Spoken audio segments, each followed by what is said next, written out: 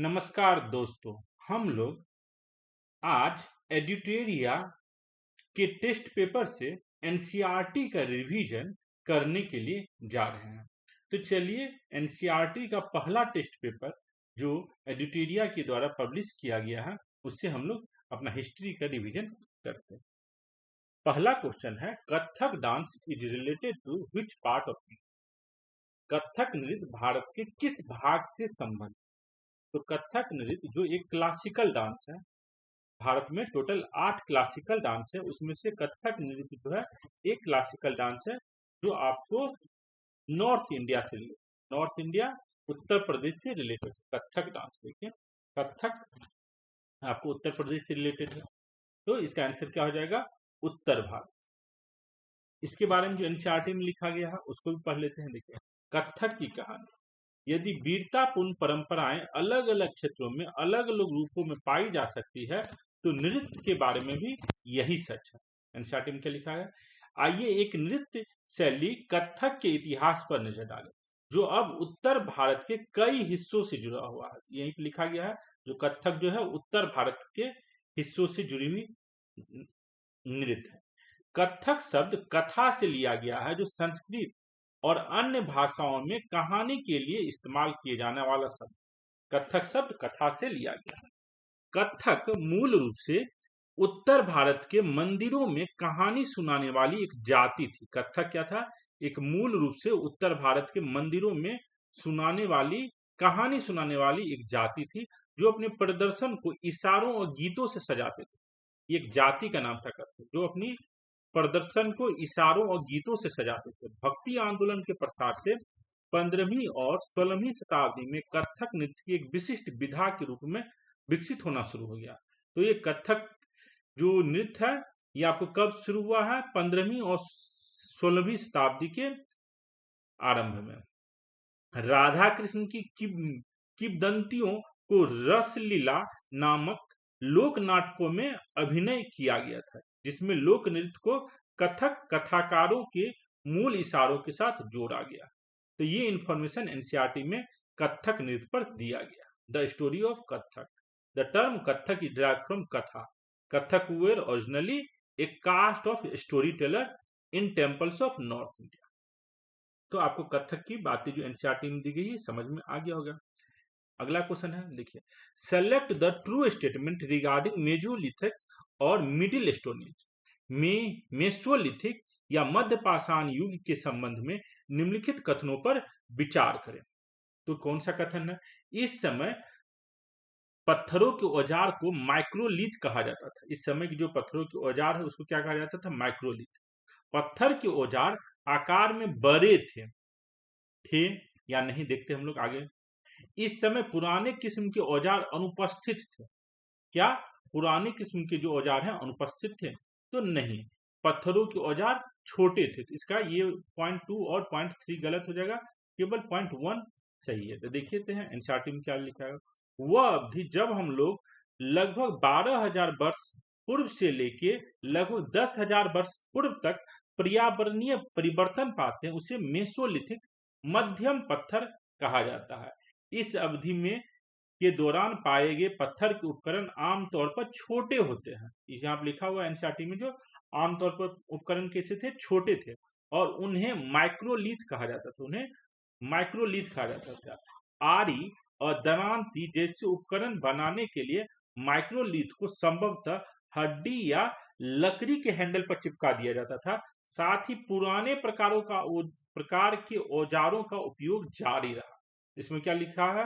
पुराने प्रकार के औजारों का उपयोग जारी रहा। So old types of tools were present in this time. Absent नहीं हुआ था।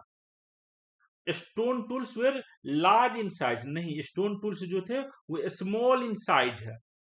तो इसमें यहाँ पे लिखा गया पूरा एनसीईआरटी में जो आपको इस अवधि के दौरान पाए गए पत्थरों के उपकरण आमतौर पर छोटे होते थे और पुराने प्रकार के औजारों का उपयोग जारी था। पुराने प्रकार के औजार अनुपस्थित नहीं थे। तो ऑप्शन 2 और 3 गलत हो जाएगा। तो ऑप्शन केवल सी इसका सही है। नेक्स्ट देख रहे हैं, बसोहली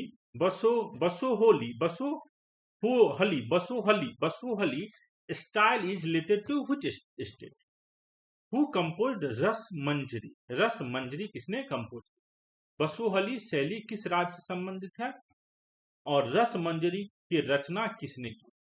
तो ये बसोहली जो है एक miniature style of painting, miniature style of painting है जो आपको हिमाचल प्रदेश में स्टार्ट हुआ था। और बसोहली मिनिएचर स्टाइल पेंटिंग में जिस टॉपिक पर पेंटिंग किया जाता था उस टॉपिक के जो नाम है वह है रस मंजरी, और रस मंजरी को लिखने वाले कौन है? तो वे है भानुदत्त। तो ये सारा इंफॉर्मेशन हम लोग एनसीईआरटी में एक बार पढ़ लो। Another region that attracted miniature painting was Himalayan foothills around the modern day state of Himachal Pradesh. Modern day Himachal Pradesh में जो miniature style of painting start हुआ था इसको हम बसोहली कह रहे हैं। By the late 17th century, this region has developed a bold and intense style of miniature painting called Basohli. ये आपको एनसीईआरटी में दिया गया है। मिनिएचर स्टाइल ऑफ पेंटिंग जो हिमाचल प्रदेश में स्टार्ट हुआ है उसका नाम क्या है? Basohli. The most popular text to be painted here was Bhanudatta, Bhanudatta Rasamanjari. तो रसमंजरी जो भानुदत्त के द्वारा लिखा गया है उसमें ये Basohli miniature style of painting हमें देखने को मिलता है। तो इसका आंसर क्या हो जाएगा? बसोहली शैली किस राज्य से संबंधित है? तो हिमाचल प्रदेश। रसमंजरी के रचना किसने की है? तो भानुदत्त ने। तो who composed Rasamanjari? Bhanudatta. Basohli style is related which state? तो हिमाचल प्रदेश। नेक्स्ट देखिए यहाँ Pahari school of painting. Pahari school of painting जो एनसीईआरटी में समझाया गया उसमें ये बसोहली स्कूल ऑफ पेंटिंग को बहुत अच्छी तरीके से समझाया गया। उसमें बताया गया जो भानुदत्त के द्वारा जो लिखा हुआ रस मंजरी है उसमें ये पेंटिंग थीम बहुत ही फेमस है। ये सब आपको बताया गया एनसीईआरटी में, बसोहली स्कूल ऑफ पेंटिंग। अब है अगला, consider the following statement regarding बृहद धर्म पुराण। तो बृहद धर्म पुराण एक किताब का नाम दिया गया है, उससे रिलेटेड इंफॉर्मेशन है। जो Brihad Dharma Purana it was composed in Bengal. क्या ये बंगाल में लिखा गया है? In this brahmins were allowed to eat some specific type of fish. क्या इस बृहद धर्म पुराण में ब्राह्मणों को अलाउ किया गया है जो मछली खा सकते हैं या नहीं? तो देखते हैं एनसीईआरटी में क्या लिखा गया। Brahmins were not allowed to eat non vegetarian food, but the popularity of fish in local diet made the Brahmanical authoritarian relax this provision for the Bengal Brahmins. लेकिन कुछ बंगाल के ब्राह्मणों के लिए नॉन वेजिटेरियन फूड अलाउ किया गया है। इसमें लिखा जा रहा है जो इन जनरल ब्राह्मणों को नॉन वेजिटेरियन फूड अलाउड नहीं है, लेकिन बंगाल के ब्राह्मणों के लिए कुछ स्पेसिफिक टाइप के फिश जो नॉन वेज फूड है वे भी अलाउ किया गया था। ये इंफॉर्मेशन हमें कहां से मिलता है? तो ये मिलता है the Brihad Dharma Purana, a 13th century Sanskrit text from Bengal. ये संस्कृत भाषा में लिखा गया टेक्स्ट है जो बंगाल में लिखा गया, बंगाली भाषा में नहीं लिखा गया। बृहद धर्म पुराण आपको संस्कृत भाषा में लिखा गया टेक्स्ट है जो बंगाल में लिखा गया है। Permitted local brahmins to eat certain varieties of fish. इस किताब में ये परमिट किया गया है जो ब्राह्मण कुछ सर्टेन स्पेसिफिक टाइप के फिश खा सकते हैं। तो इसका आंसर क्या हो जाएगा? It was composed in Bengal in Sanskrit language. In this brahmins were allowed to eat some specific type of fish. तो आपको 1 और 2 दोनों सही हो जाएगा, ऑप्शन सी। नेक्स्ट क्वेश्चन देखिए, यहाँ पर लिखा ब्राह्मणों को मांसाहारी भोजन खाने की अनुमति नहीं थी, लेकिन स्थानीय आहार में मछली की लोकप्रियता ने ब्राह्मणवादी अधिकारियों को बंगाल के ब्राह्मणों के लिए इस प्रतिबंध में ढील देने पर मजबूर कर दिया। बृहद धर्म पुराण जो कि बंगाल का 13वीं शताब्दी का संस्कृत ग्रंथ है, स्थानीय ब्राह्मणों को कुछ प्रकार की मछली खाने की अनुमति देता है। नेक्स्ट, अब यहाँ पे मैच करना है फारूक सैयाद, आलमगीर टू, शाह आलम और अहमद शाह। यहाँ पर देखना है मुगल बादशाह और उनका टाइम पीरियड। जो लेटर मुगल्स है, लेटर मुगल्स में हम लोग सबसे पहले देखते हैं बहादुर शाह 1। इनका टाइम 1707 से लेकर 1712। उसके बाद बहादुर शाह 1 के बाद जहांगीर शाह, जहांगीर शाह का 1712 से लेकर 1713। उसके बाद फर्रुख सैयार। फर्रुख सैयार का क्या टाइम है? 1713 से लेकर 1719। सैयद ब्रदर्स के द्वारा ये मार दिया जाता है फर्रुख सैयार। तो यहाँ पर इसका क्या हो जाएगा? फर्रुख सैयार का 1713 से लेकर 1719। उसके बाद दो भाई रफीउद्दौला और रफीउद्दौराजात लगभग 3-4 महीने के लिए राजा बनता है। उसका टाइम पीरियड 1719 में। उसके बाद मोहम्मद शाह। मोहम्मद शाह का टाइम पीरियड क्या है? 1719 से लेकर 1748। यह है मोहम्मद शाह। मोहम्मद शाह के बाद कौन आता है? मोहम्मद शाह का बेटा अहमद शाह, जो आपको 1748 से 1754 तक शासक रहता है। इससे इमादुल मुल्क, इसका जो वजीर है, अहमद शाह का वजीर इमादुल मुल्क, अहमद शाह और अहमद शाह की मां को जेल में डाल देता है, आंख निकाल लेता है इसका। तो इसका टाइम क्या हो जाएगा? अहमद शाह का टाइम पीरियड 1748 से लेकर 1754। 1754 में अहमद शाह को इमादुल मुल्क जेल में डाल देता है और एक नया राजा को बनाता है। उसका नाम क्या होगा? आपको आलमगीर द्वितीय। आलमगीर द्वितीय, इसका टाइम क्या होगा? 1754 से लेकर 1759। इसको भी 1759 में क्या किया जाएगा? इसका गला काट दिया जाएगा और यमुना नदी में फेंक दिया जाएगा। किसके द्वारा? इमादुल मुल्क के द्वारा। आलमगीर टू का गला काट के यमुना नदी में फेंक देगा कौन? इमादुल मुल्क, 1759 ईस्वी। उसके बाद आलमगीर टू के मरने के बाद जो राजा खुद को घोषित करेगा पटना में, वे कौन है? शाह आलम द्वितीय। और शाह आलम द्वितीय का टाइम क्या होगा? 1759 से लेके 1806। 1706 से लेके 1806। तो हम लोग देख रहे हैं शाह आलम टू जो है आलमगीर द्वितीय का बेटा था। शाह आलम द्वितीय का टाइम क्या हो जाएगा? 1759 से 1806। अहमद शाह का टाइम क्या होगा? 1748 से 1754। फर्रुख सैयार का क्या टाइम होगा? 1713 से 1719। आलमगीर द्वितीय का टाइम क्या होगा? 1754 से लेके 1759। तो ऑप्शन हम लोग देख लेते हैं। ए का क्या है? फर्रुख सैयार का ए का दो होना चाहिए, चारों में सही है। उसका आलमगीर टू का जो है आपको 3 होना चाहिए। आलमगीर ये है तो केवल ऑप्शन इसका बी हो जाएगा। डी अहमद शाह का ए। ठीक है, तो इसका ऑप्शन बी हो जाएगा। हम लोग देख लिया। जो फर्रुख सैयार 1713 से 1719, आलमगीर द्वितीय जो है आपको आलमगीर द्वितीय 1754 से 59, शाह आलम द्वितीय 1759 से 1806, अहमद शाह 1748 से 1754। आलमगीर 1 कौन है? तो औरंगजेब को हम लोग आलमगीर 1 का। Sawai Raja Jai Singh got the governorship of which reason during the Mughal period. जो सवाई राजा जय सिंह है उसको किस जगह का गवर्नर बनाया गया? सवाई राजा जय सिंह को कहां का गवर्नर बनाया गया?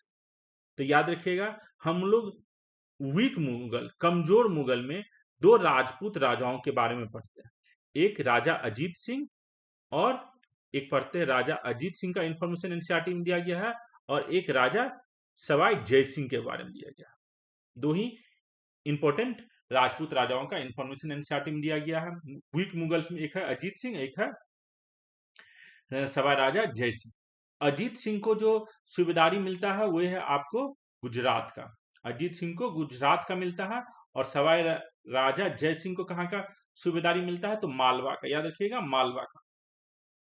तो सवाई राजा जय सिंह को सूबेदारी मिलता है मालवा का।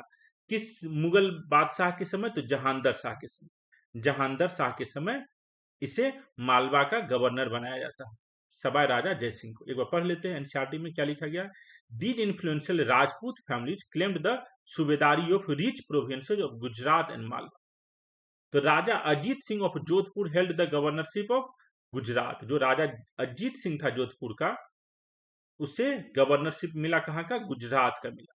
और सवाई राजा जय सिंह जो अंबर का, अंबर राजस्थान में जयपुर के नजदीक एक जगह का नाम है अंबर।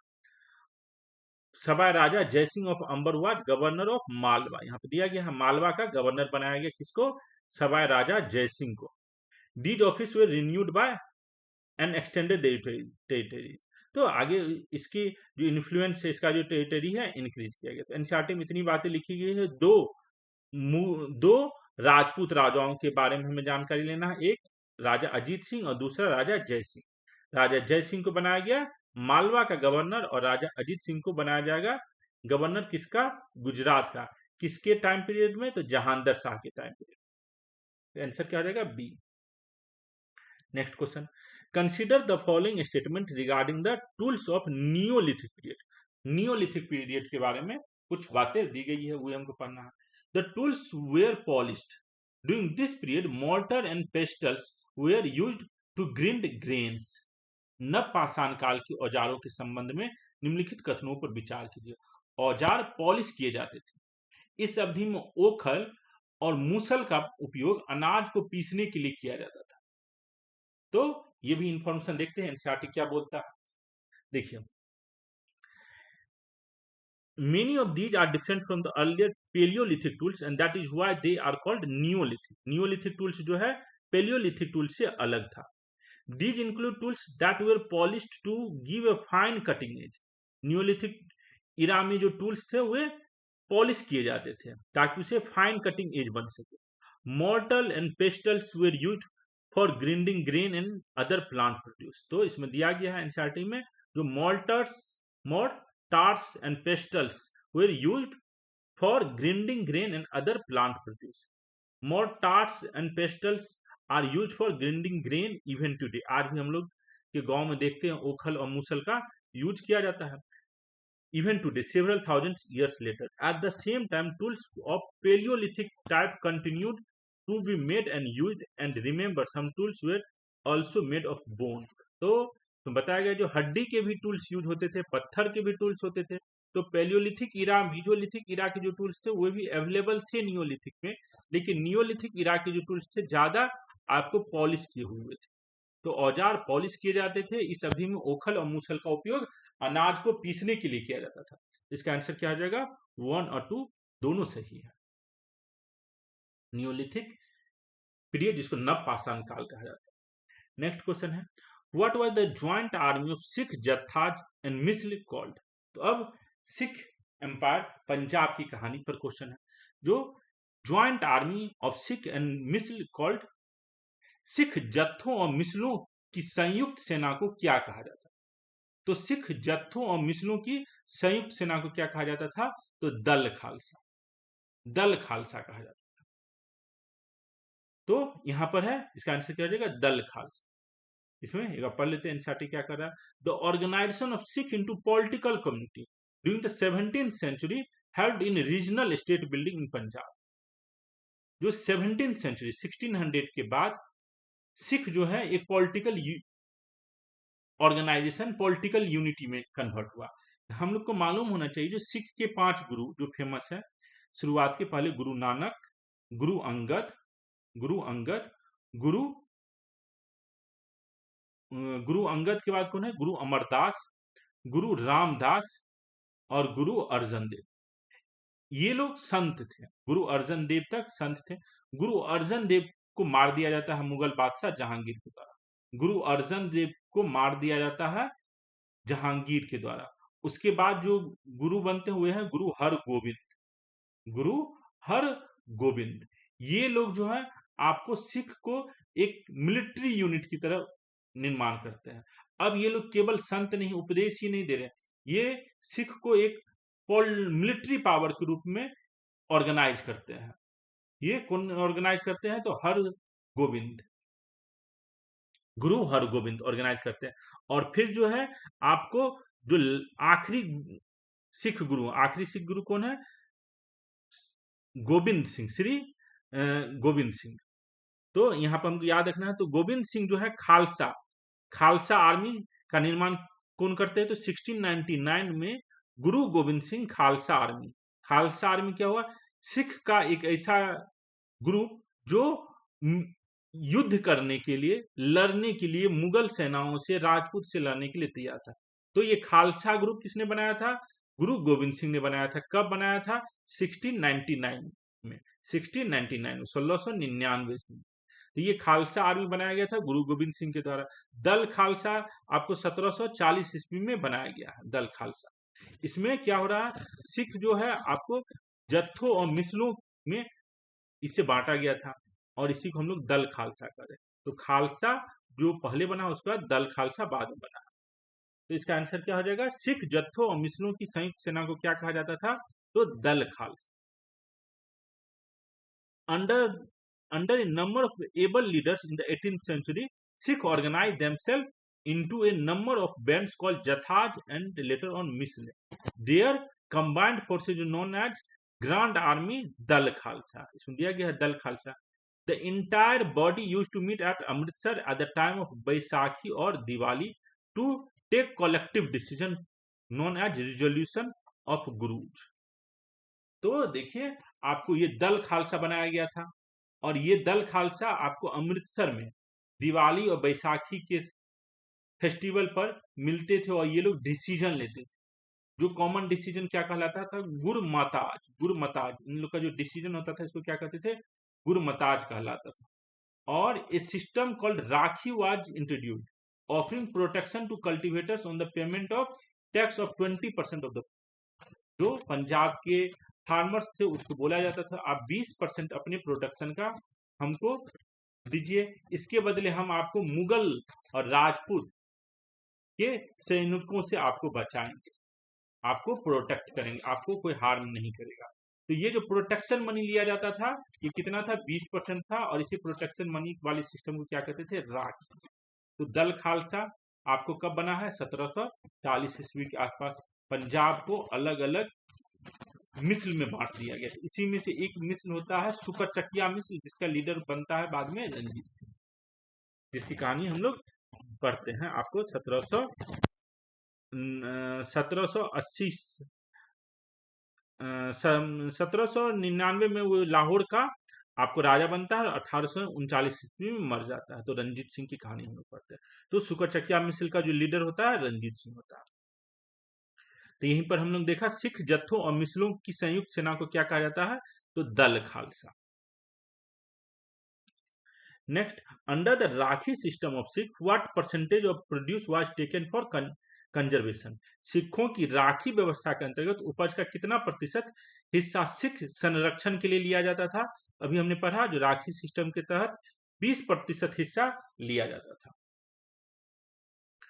Select the true statement about political system prevalent during the Rigvedic period. Rigvedic period के समय जो पॉलिटिकल सिस्टम है उस पर पूछा जा रहा है.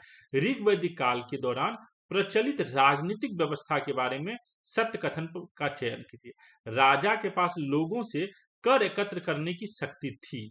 तो राजा के पास ऋग्वैदिक काल में राजा के पास लोगों से कर एकत्र करने की शक्ति नहीं थी. राजा का पुत्र स्वाभाविक रूप से राजा का उत्तराधिकारी बनता था नहीं. ऋग्वैदिक काल में राजा के पास कर लेने का शक्ति नहीं था. जो आम आदमी है उसको जो इच्छा होता था वो देता था. राजा का बेटा ही राजा बनेगा ऐसा कुछ नहीं है. आम लोग चुनता था जो किसको राजा बनना है या नहीं बनना है. तो ऋग्वैदिक काल के दौरान प्रचलित राजनीतिक व्यवस्था के बारे में सत्य कथन का चयन कीजिए. इसमें से क्या हो जाएगा? उपयुक्त में से कोई नहीं. आंसर इसका डी हो जाएगा. Next, what is meaning of prashasti? Who has described the policies of Samudragupta? What is the number of rulers of Dakshinapatha mentioned by Harisena in Prayag prashasti? तो अब जो ये तीन क्वेश्चन है ये तीनों क्वेश्चन आपको गुप्ता के टाइम पीरियड से है. गुप्ता एम्पायर के से रिलेटेड क्वेश्चन है. प्रशस्ति, प्रशस्ति का मतलब होता है प्रशंसा. प्रशंसा, प्रशस्ति मतलब प्रशंसा.